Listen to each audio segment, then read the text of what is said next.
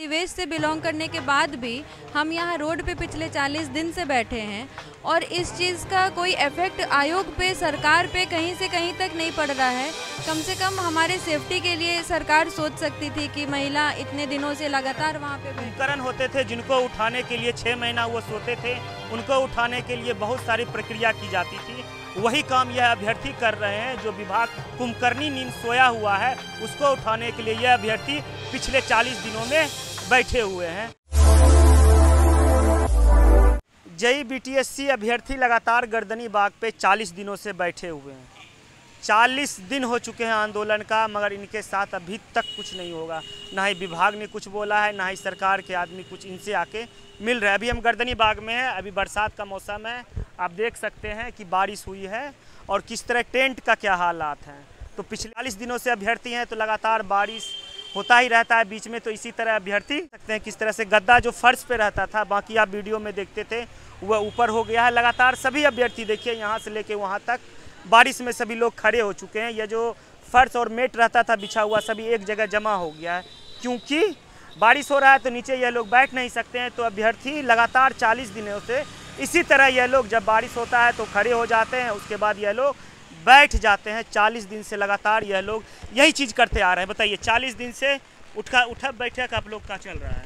हाँ देखिए ना सर कि 40 दिनों से कितनी बार बारिश आई और कितनी बार चली गई और कितने बार हम लोग खड़े हुए और खड़े होते हुए शाम बिता देते हैं। ठीक है, देखिए सर, हम एक बात कहते हैं आयोग से, सर हमको पत्थर से मारिए, बल्कि मिट्टी की ढला से मत मारिए। पत्थर से मारने के बाद जो आप मारिएगा तो कहीं सर फटे तो खूनों निकल जाएगा, तो जख्म नहीं होगा, जल्दी ठीक हो जाएगा।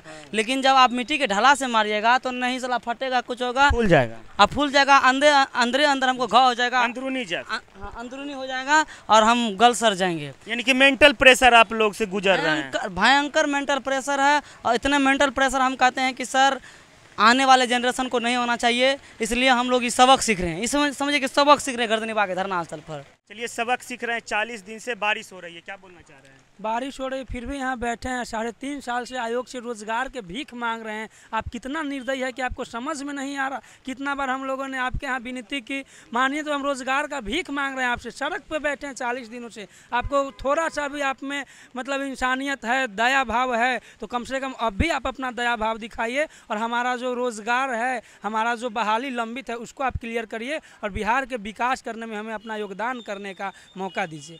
कैसे चलेगा आंदोलन? देखिए, हम लोग शांतिपूर्ण तरीके से हमेशा इस आंदोलन को बढ़ाते रहे हैं और आगे भी जब तक हम लोग के परिणाम घोषित नहीं हो जाएंगे, हम लोग इसी तरीके से शांतिपूर्ण तरीके से ही अपना अनुरोध विभाग के प्रति, आयोग के प्रति रखते रहेंगे हमेशा। बारिश तो है, वो तो क्षणिक चीज़ है, वो तो कुछ देर रहेगी फिर चली जाएगी। लेकिन हमें तो यहाँ बैठना है ना सर। जब तक हमारी मांगे हैं, जब तक वो पूरी नहीं होगी तब तक तो हम लोग बैठे रहेंगे, भले गवर्नमेंट कितना भी लेट लतीफ़ करे। कितना भी इस बार मगर लेके ही जाना है।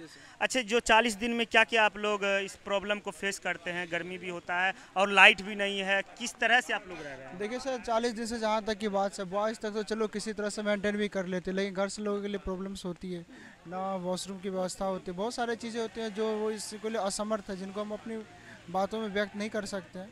ये बहुत सारी प्रॉब्लम है। इन सब चीज़ को, बाधाओं को पार करते हुए फिर भी आज हम लोग 40 दिनों से यहाँ बैठे हुए हैं और हमारी सरकार से यही है कि अब तो कोई चीज़ ऐसा नहीं है कि जो आप लेट कर सकते हैं। अब जो भी चीज़ें थी गवर्नमेंट की प्रक्रिया अब सारी पूरी हो गई है। अब आपसे यही निवेदन है कि जितना जल्दी। बारिश हो रहा है, हम लोग बैठे रहते थे, पंखा बंद कर दिया कल वहाँ से कि आपको कंज्यूमर बंद करके बिजली का बिल देना पड़ेगा। एक तो हमको बेरोजगार बना के रोड पे बैठा दिए, उस पर भी बिजली बिल मांग रहे हैं। पंखा नहीं लगाया आज, देख सकते हैं आप। उस पर भी धूप इतना तेज़ था, थोड़ा अभी राहत है, कम से कम बारिश है, पर उस पर भी टॉर्चर कम नहीं हुआ। खड़े हो गए, बैठ के नहीं दे रहे हैं धरना, अब खड़े होके दे रहे, पूरा ज़मीन गीला हो गया है। 40 दिनों में आप महिला होते हुए किस तरह से आंदोलन को देख रहे हैं और किन किन कठिनाइयों का सामना करना पड़ता है इस गर्दनी बाग में बैठ के? देखिए, एक महिला होने के नाते बिहार के दृष्टि से अगर देखा जाए तो ये बहुत ही शर्मनाक होगा बिहार के लिए, क्योंकि ये कहा जाता है कि हर राज्य को कंपेयर करने के बाद अगर बिहार के कल्चर को देखा जाए तो उसमें लड़कियों की खास करके बहुत ज़्यादा इज्जत होती है। पर उस परिवेश से बिलोंग करने के बाद भी हम यहाँ रोड पे पिछले 40 दिन से बैठे हैं और इस चीज़ का कोई इफेक्ट आयोग पे, सरकार पे कहीं से कहीं तक नहीं पड़ रहा है। कम से कम हमारे सेफ्टी के लिए सरकार सोच सकती थी कि महिला इतने दिनों से लगातार वहाँ पे बैठी है और अगर जो हमारी प्रॉब्लम है उसको जड़ से ख़त्म कर सकती थी, उसके तरफ एक सकारात्मक कदम बढ़ा सकती थी, पर ऐसा कुछ भी नहीं हो रहा है। पर अब बिहार सरकार को ये सोचना चाहिए कि अगर एक बिहार की बेटी रोड पे बैठ सकती है तो वो अपने आप को उस तरह से सशक्त बना रही है कि वो बिहार में सर्वाइव कर सकती है, उस परिवेश में रह सकती है।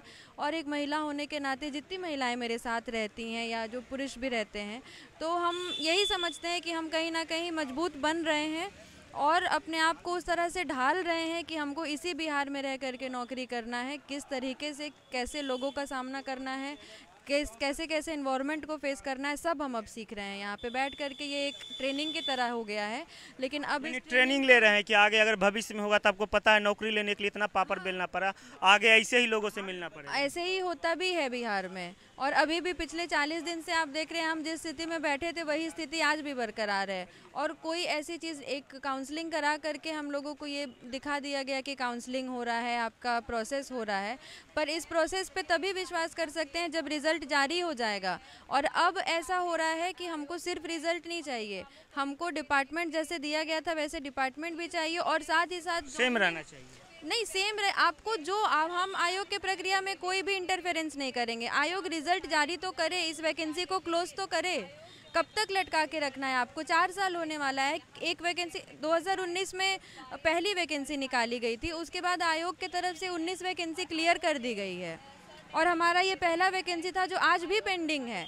तो क्यों पेंडिंग है और कितना समय आयोग को चाहिए इस वैकेंसी को क्लियर करने के लिए?